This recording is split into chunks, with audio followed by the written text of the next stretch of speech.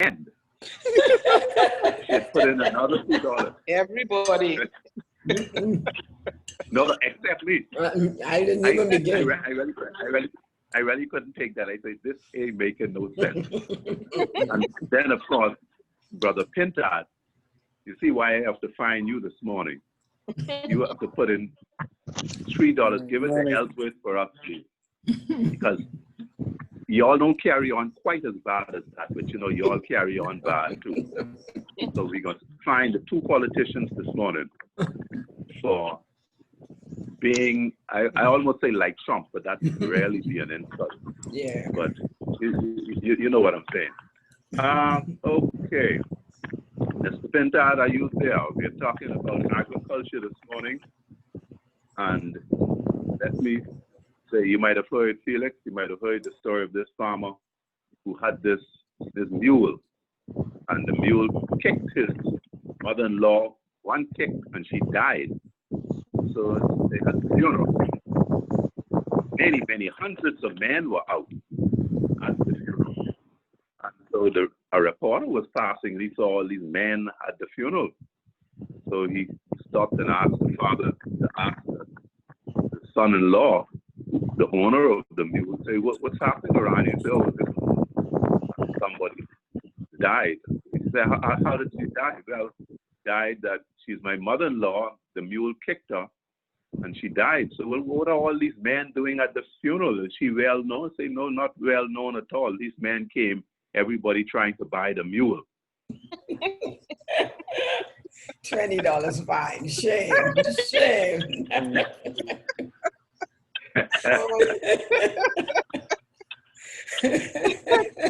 I used to put in $5 for that. No, 20. Madam President, should I put in $5 for that? But all right, I'll put in $10 for the raffle. Y'all have a good day. Thank you, Father. Okay. Now we'll invite past President Diana Lynn to bring us the birthdays and anniversaries, please. A very pleasant good morning to one and all. We have two celebrants, Melanie on Monday, and Ricardo was on Tuesday of this week. And coming up for the month of October, on Friday, the 2nd, would be our very own past president, Tanya Woodside. Thank you. Morning. Thank you, past President Diana, for that. Now announcements. I'd like to welcome everyone this morning to the first meeting for the month of October. Our theme this month is Economic and Community Development. And I would like to congratulate our literacy chair, Janelle, and her committee for such an outstanding literacy month. The month of September. Thank you, Janelle and team. And congratulations. Congratulations to IPP Sophia and her membership team. The club received Gold Award for the 2019-2020 Rotary Citation. So give yourselves a round of applause. And now we invite PAG Mario to bring announcements. PAG. Thank you very much, Madam President, and good morning, fellow Rotarians and guests, and special good morning to the Honorable Minister. In accordance with Article 3 of the bylaws of the Rotary Club of Nassau Sunrise, notice is hereby given that the election of directors and officers of the board of the Rotary Club of Nassau Sunrise will take place at a meeting on the 29th of October 2020. As a result, I would like to declare that nominations are now open for the following positions: President nominee, the 2022-2023, Secretary, Treasurer, Director, Community Service, Director Public Image, Director International Services, Director of Membership, Director of Club Administration, Director of Youth Services, and Director of Vocational Services. And I'd like to remind everyone that nominations will remain open through to the 29th of October, which is the election day. And if anyone has any nominations, they can either give the nominations from the floor today, or they can email the nominations to myself and copy Secretary Donette Cartwright. And you would all have received an email in this regard. So please take a look at that email and forward your nominations to me at the earliest opportunity. Thank you, Madam President. Thank you. And now we will invite PDG Felix to introduce our guest speaker, Minister Pintard, who will bring us a message on agriculture, a main source of income. Thank you, PDG. Thank you, Madam President. Good morning, family Rotary. Morning. Speaker this morning is the Honorable Michael C. Pintard, MP, Minister of Agriculture and Marine Resources. The Honorable Michael C. Pintard is the Minister for Agriculture and Marine Resources and a Member of Parliament for Marco City. Mr. Pintard is a human resources development consultant, speaker and writer who has lectured and performed both nationally and internationally. He holds an Associate of Arts degree from the College of the Bahamas, where he was a spokesperson for the Union of Students, and a Bachelor of Science degree from Tuskegee University in Tuskegee, Alabama, where he was a university scholar and student government president. Mr. Pintard has completed several graduate courses in agricultural economics at the McGill University in Montreal, Canada, and received the James Michener Scholarship to attend the Caribbean Summer Writers Institute at the University of Miami. Mr. Pintard has addressed conferences and forums nationally and internationally at the United Nations in New York and Vienna, UNESCO consultations in Paris, France, and Santiago, Chile. He's also produced a cassette tape of poetry with music and published a collection of poems entitled Still Standing. His collection is on the English literature syllabus for high school students. Mr. Pintard has also written Follow Your Dreams, Politics, and has also written and published Still Standing, Men Talk, and Not My Good Child.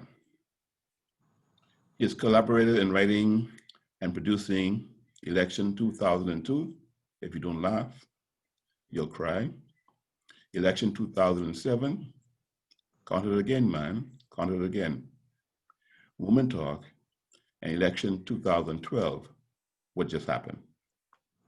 Several theatrical productions, which are arguably the longest running and most well-attended Bahamian productions ever.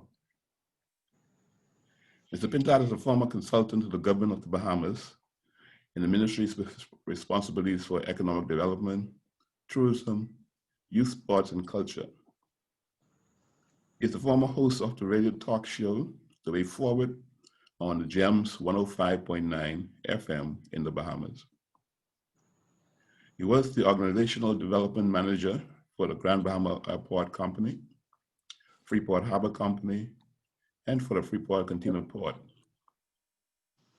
He also has served as consultant for several organizations, including WOPAC Terminals Bahamas and the ministry responsible for the public service.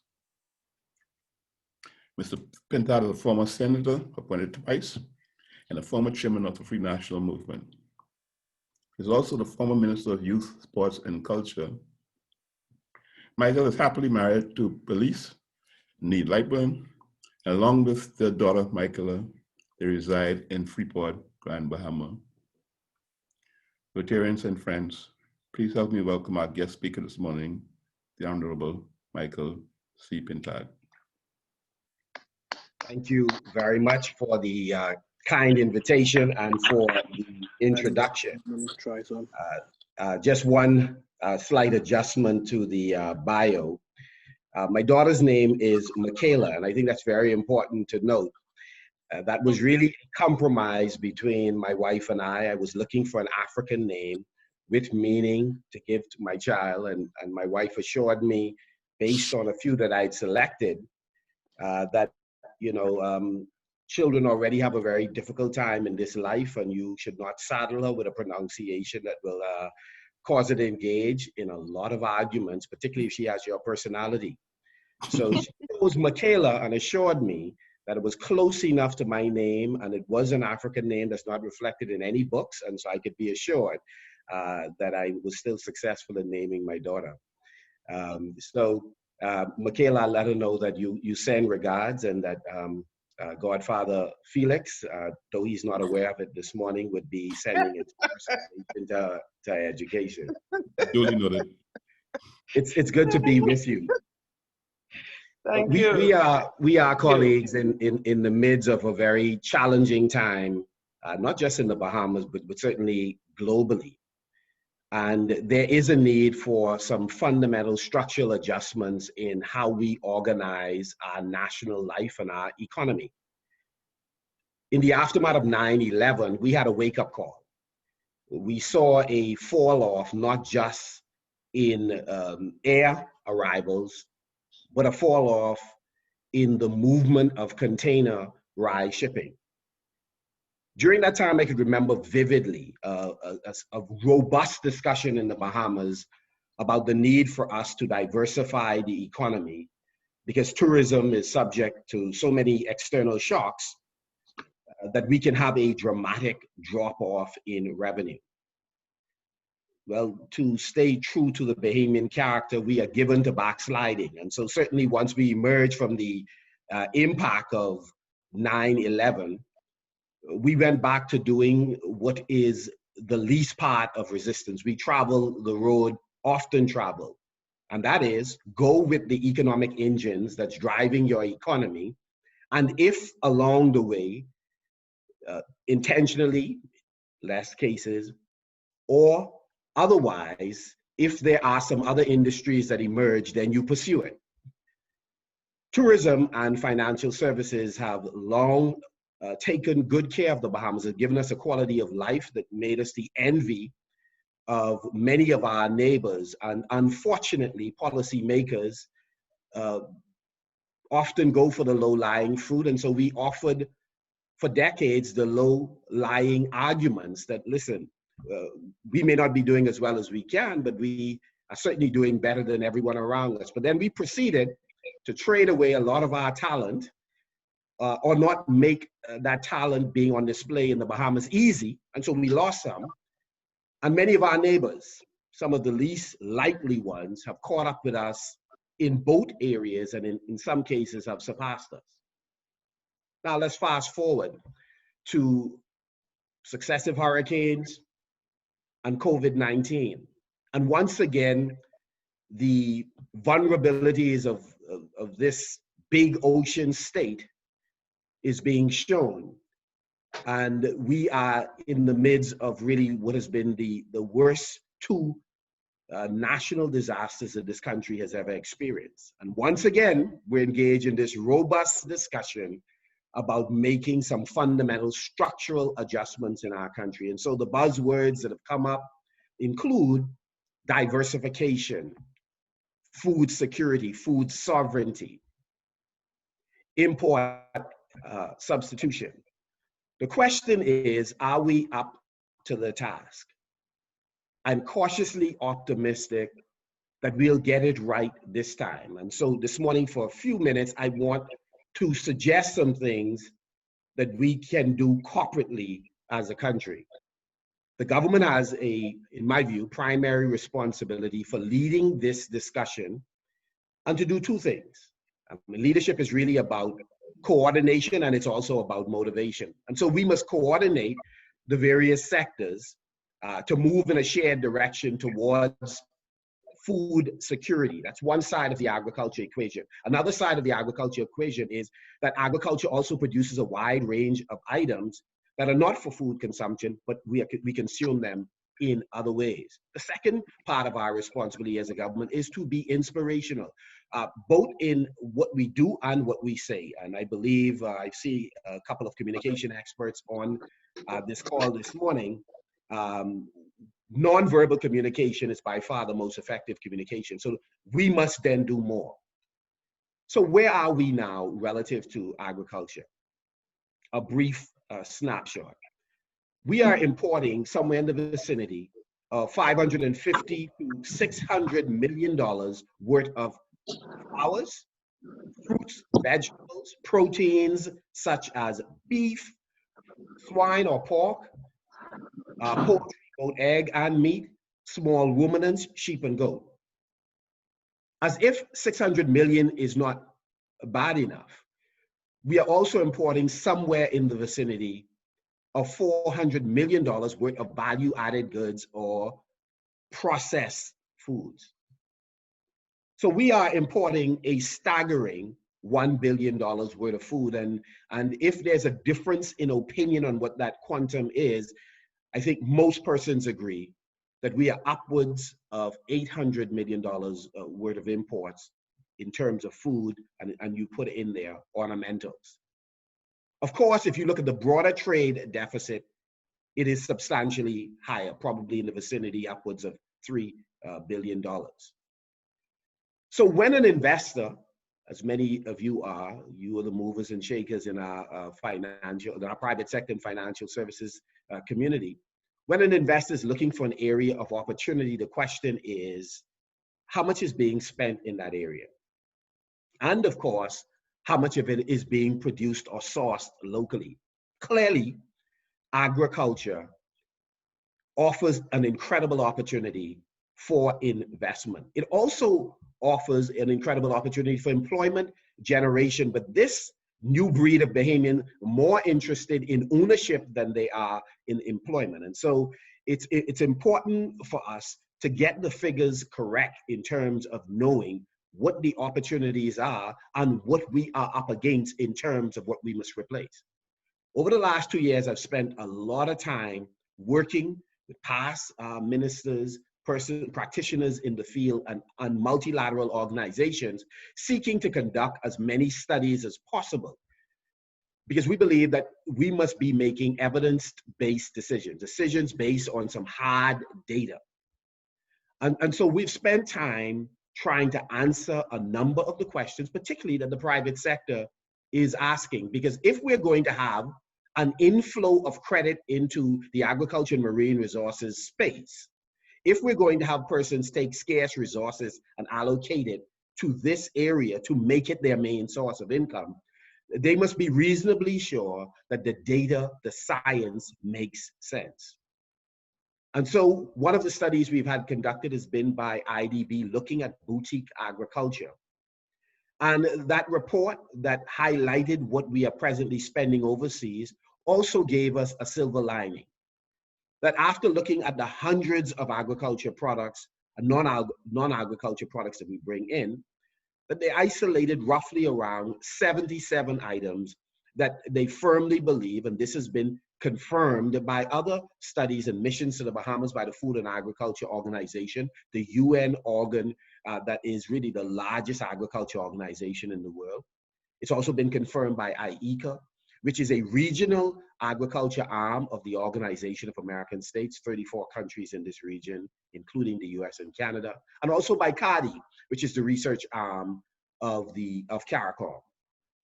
Those 77 items offer us an opportunity to replace $200 million or thereabout that we are presently importing. So in terms of import substitution, we have the potential by producing at varying amounts, and this is not at 100% substitution, varying amounts, roughly around $200 million. So here we have, over the course of the next 3 to 4 years, we have a marvelous opportunity to chip away at this huge deficit that we presently have.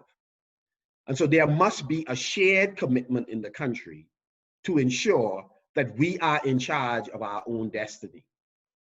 The absence of us being in control of what we eat makes us extremely vulnerable. And more recently, you would have heard a bit of the panic when persons heard about the constraints faced by the global supply chain on how we would be adversely affected in the Bahamas, since much of what we need, we do not produce, not just in food, but in a whole slew of other areas. And so we have set about, in the midst of COVID, to put together an emergency food plan, while at the same time keeping our eyes on the medium to long-term remedies, because to narrowly focus on the crisis is often to miss an opportunity to put in place the building blocks for us to fundamentally alter the Bahamas structurally. And so one of the points that I raise often is that if 2 years from now, if the economy has rebound as we pray and work towards making that happen, and yet the allocation from central government remains the same for the agriculture and marine resources sector, it is very difficult to sell to a public that we have a serious commitment to the transformation of this sector that requires more talent on the government side and more resources in order to execute some of the initiatives. There has to be a fundamental restructuring. And if we do not do that, the private sector will take that as a signal that rhetoric is trumping concrete action to do something different in the Commonwealth of the Bahamas. And so even in this period, it's incumbent upon us to make sure that the whole discussion around tourism, while absolutely necessary, does not suck the oxygen out of the discussion around food security, around the value of manufacturing, around the value of areas of financial services where we are not so dependent on the Europeans, those members of the OECD that have set up these moving goalposts that we, no matter how often we hit it, their mission to destroy our financial service sector remains firm and resolute.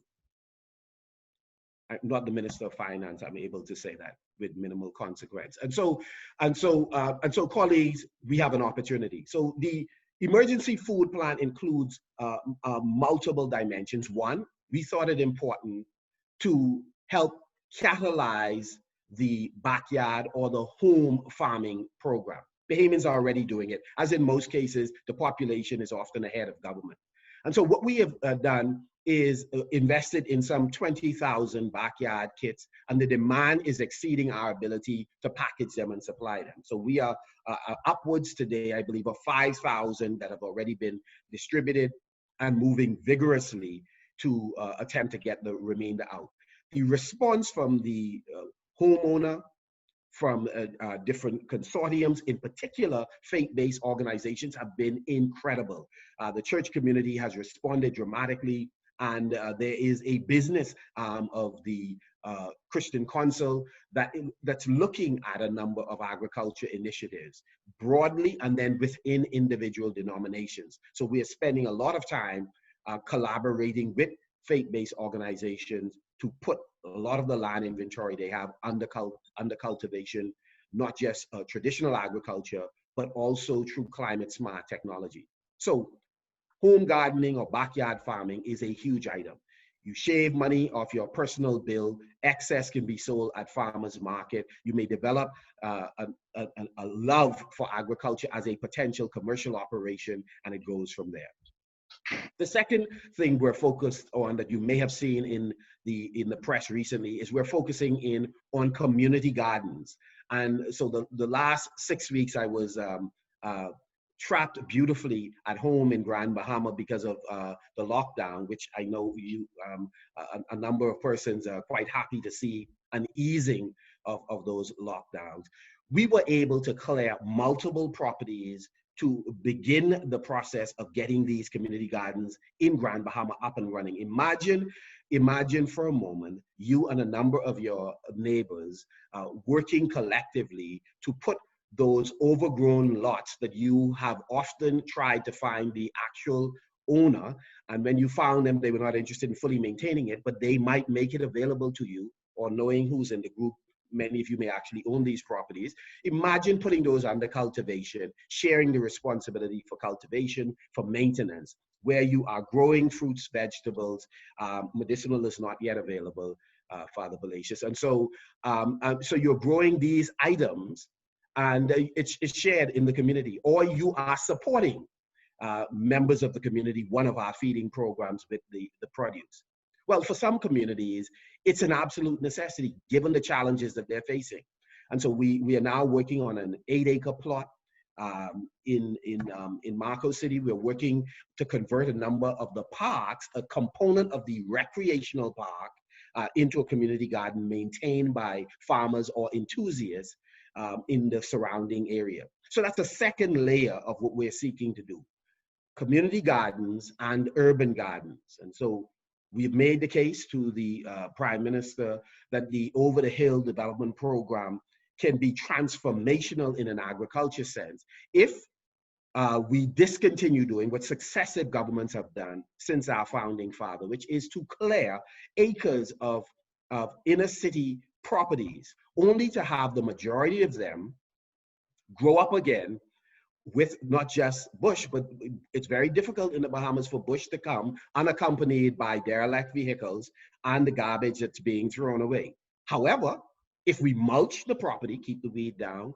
put barricades in front of it, prevent the dumping of derelict vehicles, or better still, create green spaces with particular designations, whether it's for children, whether it's for seniors who can finally come out of their house and recreate, or for me, more importantly, community gardens, urban gardens, or taking dilapidated houses, either acquired by government through eminent domain, or working with residents who own it, who don't intend to use it, so that you could make it a site for hydroponics and aquaponics once you seal the building, put in appropriate lighting and temperature controls. There are opportunities that we are not yet seizing as a community. And so the community gardens we are driving effectively while we make the case that urban agriculture is absolutely crucial. The third thing that we are doing as a part of our emergency food plan is we have distributed more than 12,000 chicks, 10,000 sourced overseas, 2,000 from a local producer.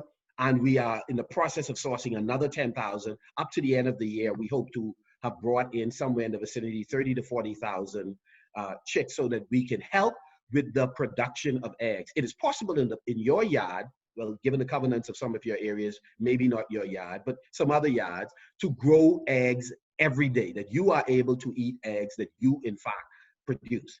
And so we're seeking to popularize this. This is not anything earth-shattering, because the reality is your parents used to do it, a number of your parents used to do it back in the day. We have, in fact, over the last 30 to 40 years, gone backwards in terms of agriculture's contribution to GDP and to individual household incomes. And so today, 99+% of all poultry that is being consumed, both meat and eggs, in fact, are imported. And this is a dramatic change from where we used to be when we had multiple operations that were running. We just recently lost a very special person in the agriculture community, Candy Pinder, who ran Abaco Big Bird, and our hearts go out to her family. But she was a strong advocate for not just agriculture in general, but livestock agriculture in particular, and was determined to make sure we could pull ourselves up by our own bootstrap. And so there is tremendous opportunity we believe, in helping to subsidize farmers, because the Bahamas has one of the lowest subsidy packages in the entire region. Stated differently, we provide the least amount of subsidy when compared to a number of our neighbors. And so yet we expect a different result. And in case we want to talk about independence of farmers and self-reliance, the reality is the United States, many of the countries in Europe that are concerned about fair trade, et cetera, are providing both overtly as well as covertly a range of subsidies for their farmers who thrive. And yet you hear the false comparison by the social media pundits of what could be done. Look at what this country is doing and that country is doing. Yeah, the country is replacing every single thing lost and not yet lost by farmers. We are doing very little, in part because we don't have the capacity, and in part because the real commitment to the transformation of the agriculture and marine resources sector has not existed under successive governments. There have been bright sparks at different times in different administrations, but as a collective, policymakers have not seen the value of it. I think this generation and the generation before me have sought to move away from those things for parents may have been forced to do. But the time has come for us to rethink the national economy and the contribution that agriculture, marine resources can make to income generation and wealth creation.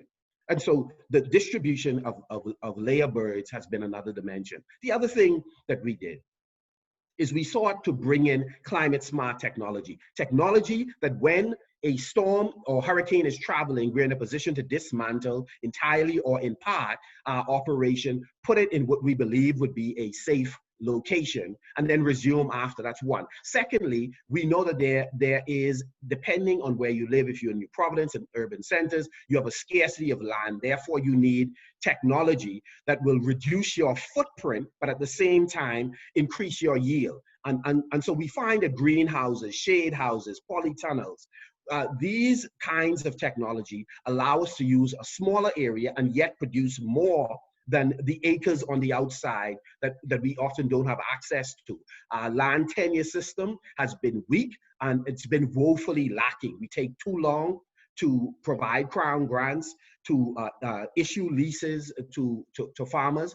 And until we solve this problem, which we believe now we are on the fast track of doing that, I've asked Cabinet to lift the moratorium on the granting of land leases. That has been done, and we are moving expeditiously to make sure we get leases in the hands of Bahamians, because it is unacceptable that Bahamians are struggling to get land leases, and serious Bahamians who want to be into agriculture, while persons are traveling from other countries without land leases, occupying land and running one of the more efficient agriculture systems. And if you don't believe me, check North Andros, where produce are coming out often on land that persons are squatting on, and they have a distribution system into New Providence and even into the food stores. An interesting and unfortunate phenomenon. And so we have to do things differently. And so we brought in hydroponic systems. We first ordered 100 such systems from the United States, from Rotary, and then of course from one of our local producers of the hydroponic systems, we ordered 22. We're now going to double that figure. By year's end, we expect that there will be schools, about 50 schools that will have hydroponics or aquaponic systems in the school. And all hydroponics is using really nutrient liquid to feed the roots of plants versus using soil. And it's often done in undershade or in greenhouses. Aquaponics is just using the waste from fish to also provide nutrients to feed the roots of these plants. And so our hydroponic program, we would have paid a little over $4,000 per kit, per setup. We discounted it by 50% and then have given a payment plan to persons who are interested. The program is oversubscribed. And so we could not have predicted that. And again, it's going well. In addition, we thought it was important to provide a variety of seeds, as well as cuttings, as well as cassava sticks and others, so that we can help catalyze persons putting land under cultivation. So the emergency food plan has been extremely important to us. Of course, the moment persons hear that there must be a greater focus on agriculture, in traditional Bahamian fashion, they certainly expect that after the discussion begins or resumes in February, that at the end of March, we would have had a 30% market penetration and reduction of imports. But we didn't get here suddenly. And so we're not going to get out of this suddenly. But there are opportunities in the short term to do some things. For example, the hydroponic systems that persons were using in Abaco, that they protected. When we went down immediately after Dorian, provided seeds along with our international partners and went back to visit them, in 3 months, a number of them had already started to harvest.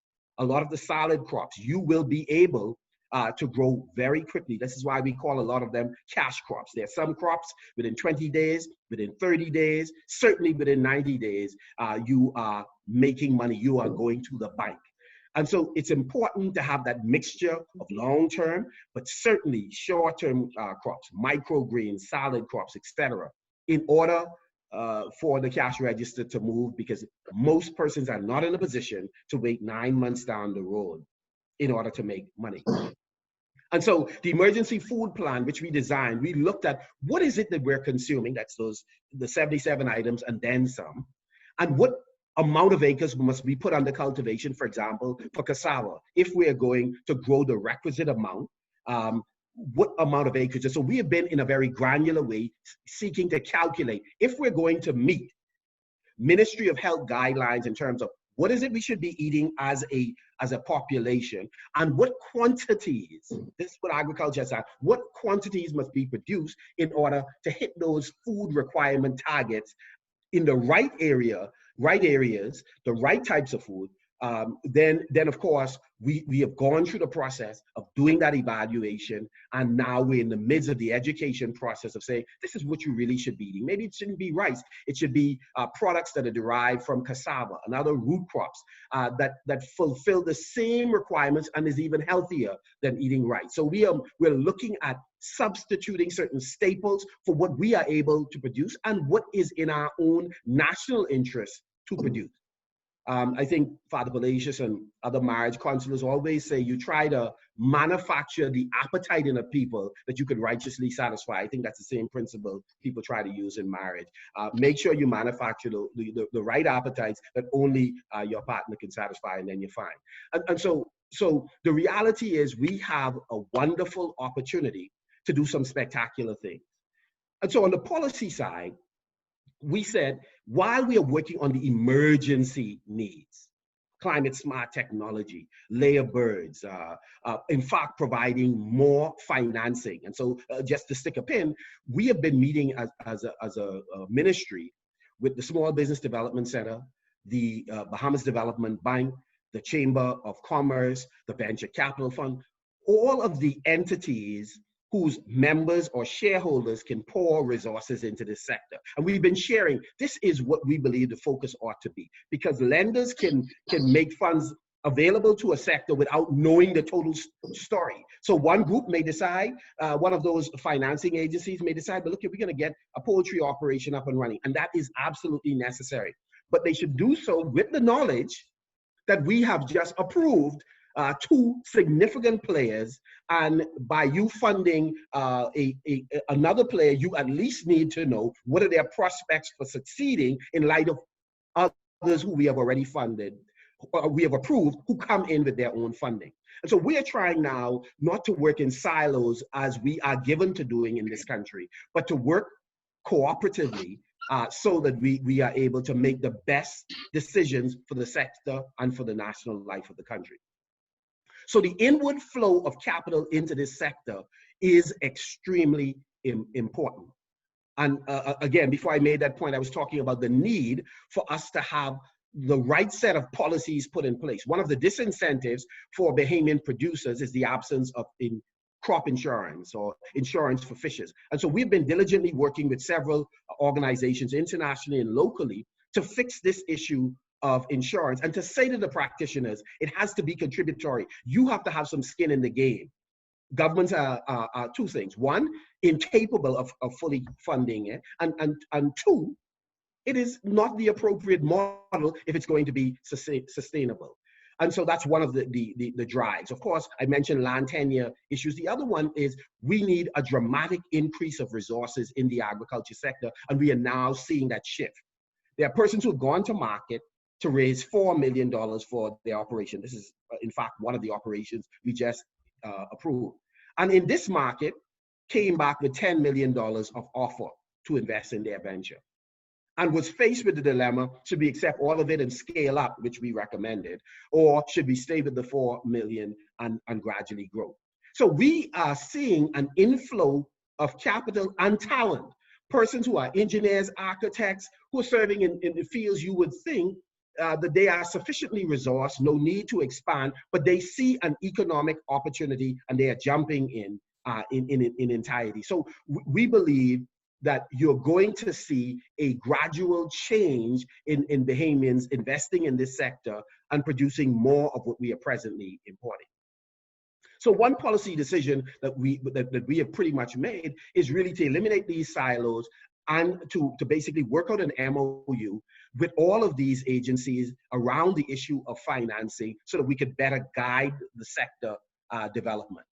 The other thing that we are seeking to do, and I've made the case to colleagues and will continue to do so, government has a lot of land in its inventory. BAIC has land in its inventory. The Department of Agriculture, you have lands that fall under Lands and Survey or the Office of the Prime Minister. The Treasurer has land in the inventory. A lot of this is non-productive land. And so what we ought to be doing is looking at creative financing instruments. And so I'm in discussions with folks who've raised money about making the case that we ought to create a land REIT, really a trust, where a certain amount of land is put into a trust. It's accompanied by solid, well-researched business profiles, and we ought to go to market to shop the possibility of the productive use of this land. We would be able to raise more capital than what is presently in my budget. And I should tell you the obvious, most of these government's budgets, including the Ministry of Agriculture and Marine Resources, is spent on salaries and personal emoluments. And so we have been in the ministry working diligently to raise capital externally. And so we have gone to the international community. Every trip we have taken, we've carried our wish list and have engaged in bilateral discussions with other countries, as well as with multilateral organizations. We've had a number of missions completely financed by those organizations or countries that have visited the Bahamas and added value or made contributions to technical assistance for the Bahamas. And so we know that it is in external partnerships with the private sector overseas that's going to drive and catalyze the sector. And so we believe that this trust is going to enable us to raise substantial capital. And we believe that the cabinet is progressive enough to see that we cannot continue to do the same old thing. You can't restrict the ministry in terms of what you give in the budget and at the same time restrict it from raising capital in creative ways. That is a perfect non-starter. And so I've also made the commitment to collective responsibility, but also not selling publicly things that do not make sense to me. And so we have an opportunity, and I believe we're going to seize it. Another policy decision that we have made is we've asked the cabinet to mandate that all future heads of agreement, as well as the food stores and hotels and restaurants, when purchasing food for consumption in the Bahamas, 40% of that food must be sourced locally. Cabinet has agreed. But if we are to have the moral authority to insist that others do that, the government should take 75 cents of every dollar it is spending on food and make sure it's being spent with Bahamian producers. They've also agreed to that policy change. So colleagues, I set my alarm to keep me on track. That would bring me really to the end of the time allocated. And so allow me to close by saying this. With a market guaranteed at a minimum at 40%, where we could then restrict imports while these food stores, restaurants, and hotels are being supplied. The big challenge now is for the producer to supply the end user, whether through the hotels, whether through the restaurant, eventually cruise ships, food stores, etc.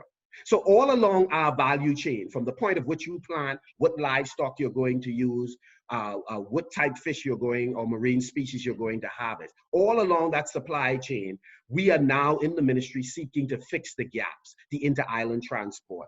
How much storage space do we have?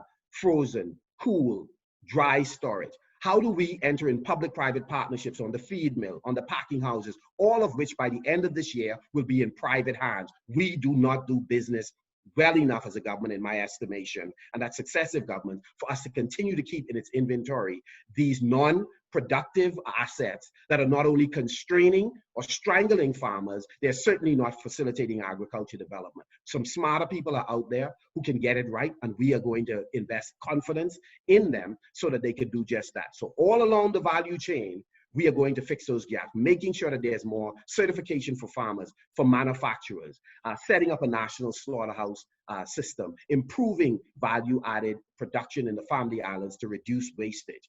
I believe we have a marvelous opportunity, but it will not be done without the collective brilliance, will, cooperation of Bahamians.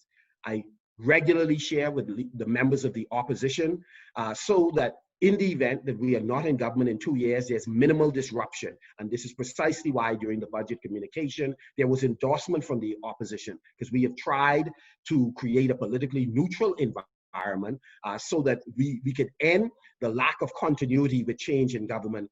It is a disincentive to national development, and it's strangling a small country like the Bahamas. And so with those few words, colleagues, thank you very much for this opportunity. Thank you.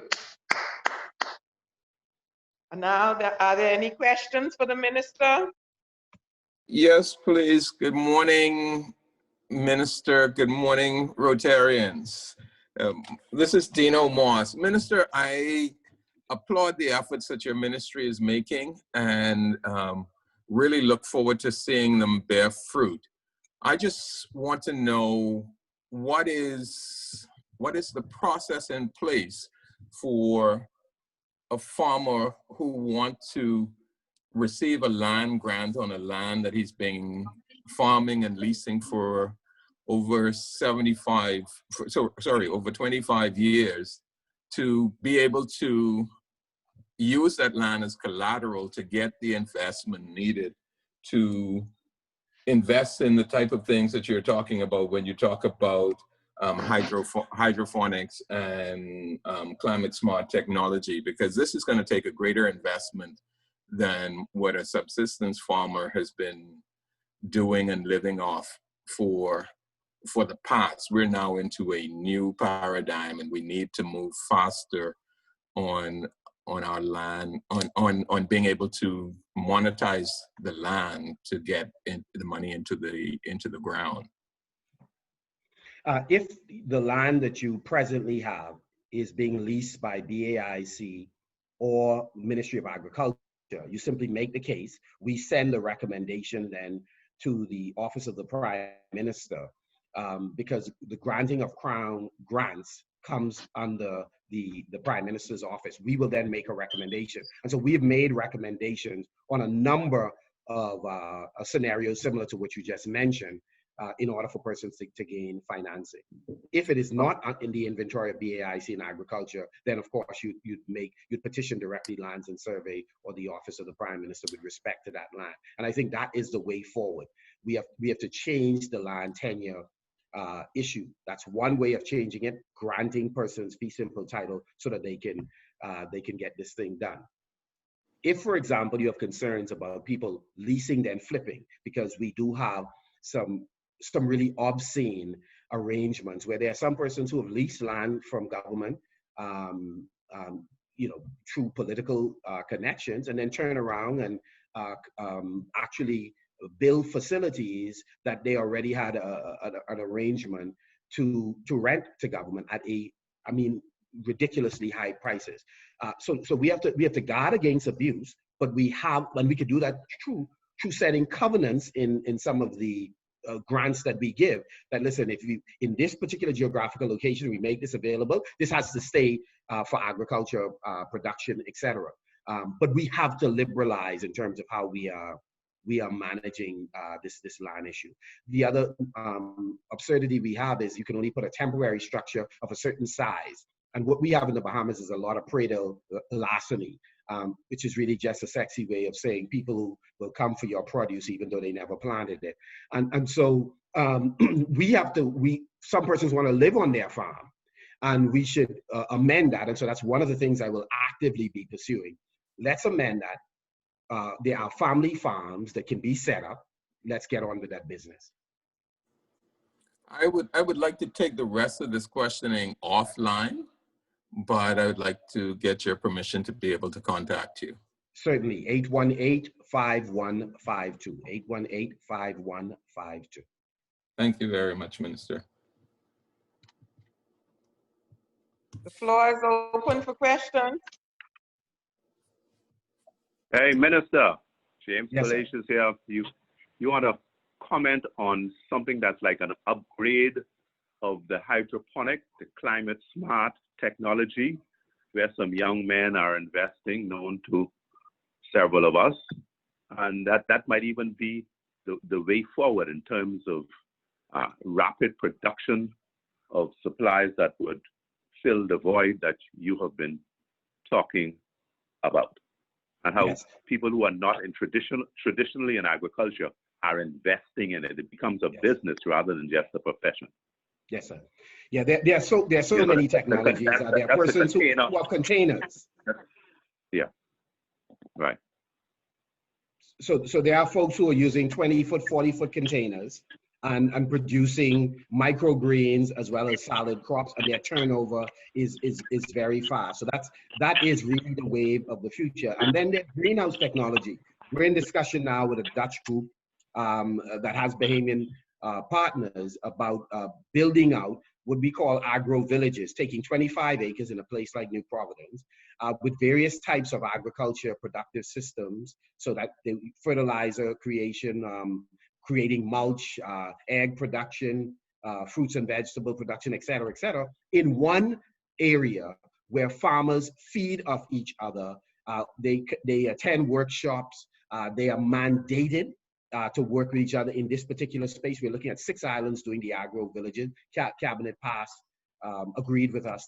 This is the wave of the future. We are working with the Volcani Institute, which is really the institute that's guided Israeli agriculture development. We're also going to work with a couple of Dutch NGOs who have helped to guide the Dutch agriculture development and Bahamian expertise, so that we could create this area where climate smart technologies are used, where you have sensors that if you can't travel to your farm, you can, through an app, check the moisture of the soil to see whether or not you need to go there and factor water, that all your irrigation and drip systems are you're able to control long range. You're able to diagnose big fields of crops just using drone technology.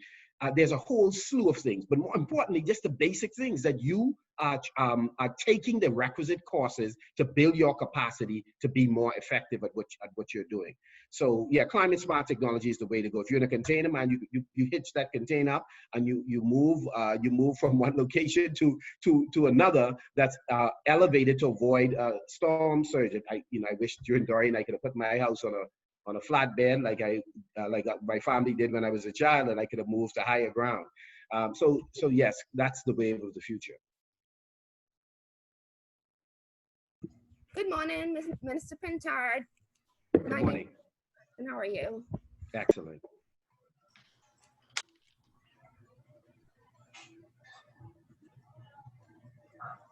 Was there a question, Tanisha?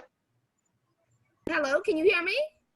Yes, go ahead. Where can we find the list of the targeted 77 items from the study by IDB?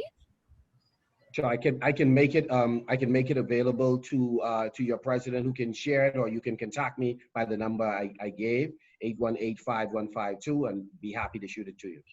Okay, thank you. And my second question, you briefly touched on it when you were answering Dino's question.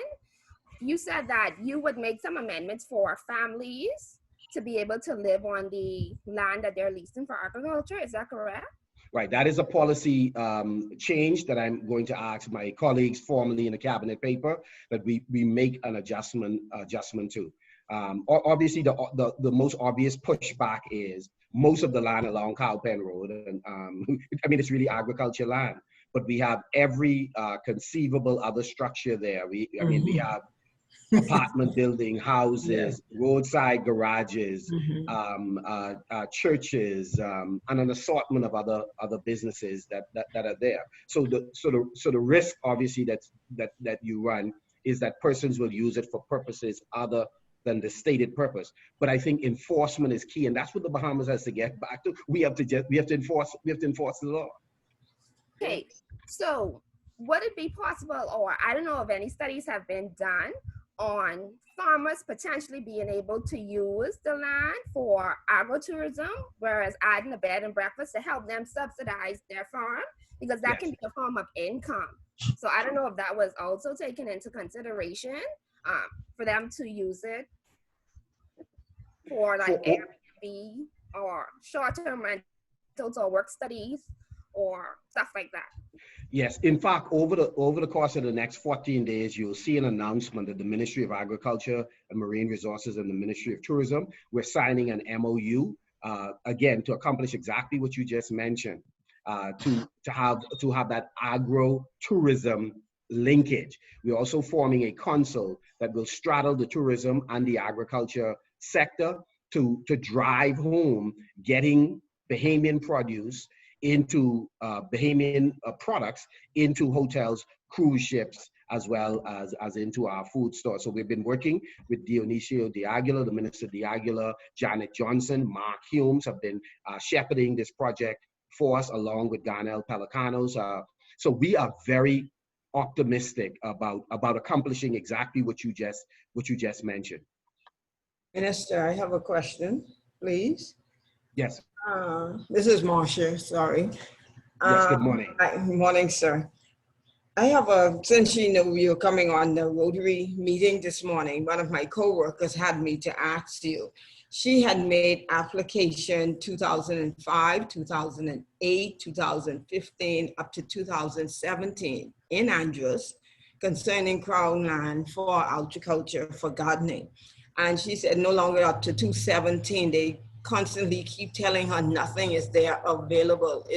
What other avenue can she take? She said, you know, she's from Andros, she has family Crown land there, and then she has other properties there, but it seems that she's having back and forth fighting. What avenue can she take now? What would you suggest? Yeah, you should, if you can put her in, if you put her in contact with me, I'll just connect her to Garnell Pelicanos, who can look at her business proposal. We have a business review committee that's made up of persons from BAIC, BAMSI, cooperatives, marine resources, agriculture, and the Bahamas Investment Authority in the event that there's a foreign component in the project.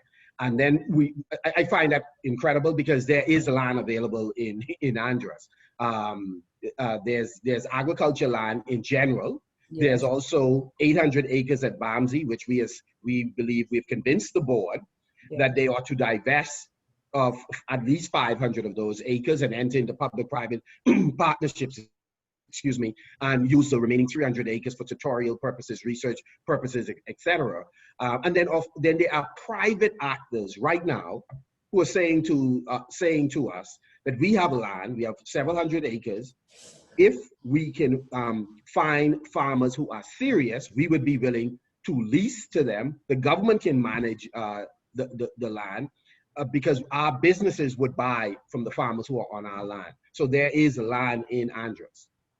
Okay, yeah, and this is one of the things she always stressed, that there is land there, but every time she goes down and make inquiry when she gets back up here, they, you know, constantly giving her the run around. No, the system is broken. You know, just to keep it real, it's broken, and that straddles administrations, and so we have to fix it, and that's what we're in the process of doing. What we have said recently, that it makes no sense for a farmer who need a farmer registration to be waiting months for that. That's a simple process. We should be able to get that done under a week. So if you're in the Family Islands, rather than continuing to apply through the administrator, so we've had agriculture meetings with all of the islands during this pandemic virtually. We said, just send it directly to the Department of Agriculture. And I asked them, identify yourself in this chat, provide numbers and contacts so people could reach you directly.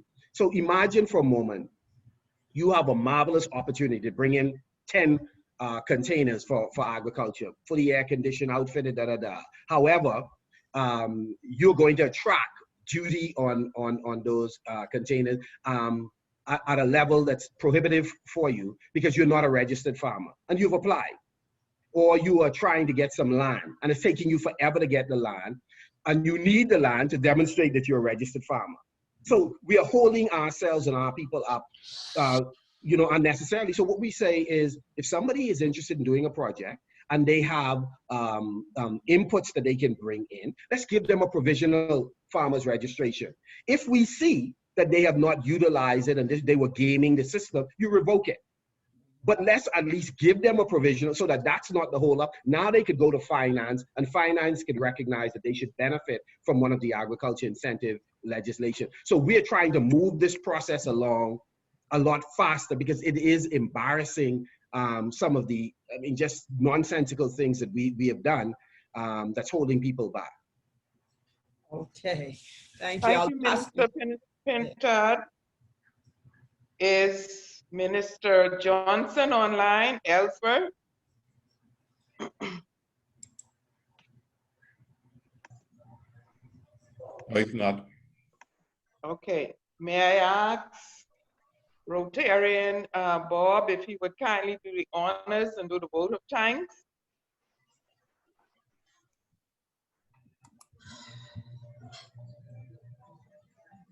Is Rotarian Bob with us? He was, but he's no longer there. Oh, he isn't. Father P, would you like to bring the vote of thanks for us? No problem. That means I don't have to get fined for the rest of the year, but thank you. Minister, your topic was extremely timely, an opportunity in our country for us to invest individually and collectively. We have to remove the stigma that we have traditionally attached to farmers and farming and see that it's real business. And I thank you very much for the various programs that you are intending to implement. And we really want to see these fully effected in as short a time as possible, because literally, you know, while the grass is growing, the horse is dying. So be encouraged, sir. You're fighting a somewhat of an uphill battle, but there are some people who are very much on your side in terms of seeing the vision that you have. And we pray, God, that you would continue to be successful in this program, which we all know is extremely needed in our country.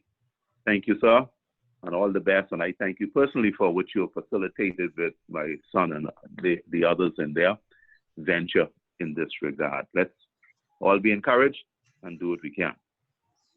Thank you very much. I hope you all have a beautiful day, and would love for Rotary to join us in adopting a few schools so we could get greenhouses in as many of them as possible. God bless.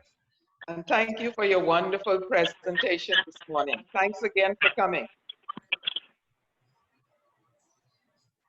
And now we'll have the raffle. Director Akema. Thank you, everybody, for those who would have purchased tickets. And we'll see who the winner is. Good luck.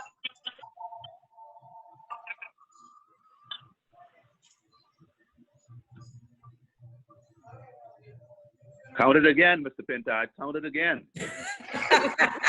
Congratulations, Director Leon.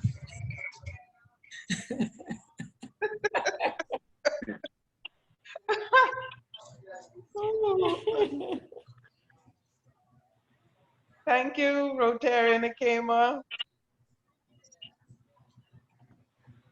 And now we'll have the four-way test. Rotarian Darren. Is Darren with us this morning? Yes, I am. Wonderful. Of the Would you things, kindly do us the honors, please? no problem, Madam President. Of the things we think, say, or do, is it the truth? Is it the Is truth? it the truth? Is it fair to all concerned? Is it fair to all concerned? Will it build goodwill and better friendship? Will it build better friendship? Will it be beneficial to all concerned?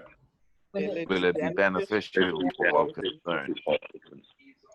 Sergeant, look like he read that. That's a $2 fine. The final toast, please. Rotarian Angelica. And since she was late, she didn't do her first part. Just collect a fine, please. I may have to fine you, Father P. Is Angelica still with us? Might have to. Yes, might have to.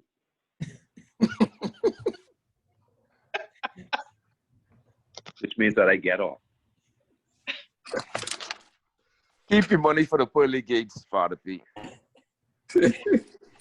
Some of us may not. Well, you want some money for that now? Final toast. Rotary and Angelica. Just jump in, Angelica. She's no longer with us. Yes. She is.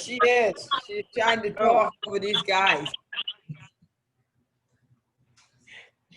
Rotary around the world. To Rotary around the world. Around the world. Cresswell, put in your sign, please. Indeed. All right. Carry on smartly. Darren, Y'all it's so take nice care. to see you this morning. Put it for your How sign. are you? I'm good. Wonderful. How come nobody Thank you all introduced for Diana to this coming, work? everyone, and have a blessed day. Thank you. Thank All you. right, guys. Well, yes, well, this is Marsha. I could have reached Thank out you. yesterday and touched you with that cigar in your mouth, man. That was a really long cigar you was passing yesterday. And I could smell it from where I was. Boy, Oh. man, if you didn't After see party, that, I serious if you didn't see him yesterday, just cruising about 1:30, 2 o'clock. But Yeah. I hope he was going back to work, Cresswell. No, he's on work for the first time. Oh. man, for some of you guys who had time to relax, I've been to work every day during this COVID climate. Say no This more. is a tough time to be a banker. Oh, Good man, good man. yeah, he's good. But anyhow, enjoy. Be safe, folks. Continue to wear the mask. Wash those hands. 6 feet Indeed. apart. No walkathons, man. Leon, we feel No lost. walkathon, that's Leon right. Dornick. I right here. And Leon, Boy, no walkathons. No walkathons. Oh boy. I'm going to do my push-ups now and my treadmill. But yeah, let us all try to see if we could do some exercising. Yeah, I appreciate that. but you can get up and walk 5 o'clock in the morning. Challenge yourself. Come on, challenge yourself. That's no excuse. You got to breathe the oxygen. Keep the lungs moving. You guys need to extend that opening of the beach until 6 o'clock because nobody gets up that early. 12 o'clock, the beach goes makes no sense. And let me tell you, you'll be surprised to see people on the road from 4 a.m. in the morning. That is no excuse. Go to the beach, walk the sand, breathe, and then you hit the waters. I'm on the road at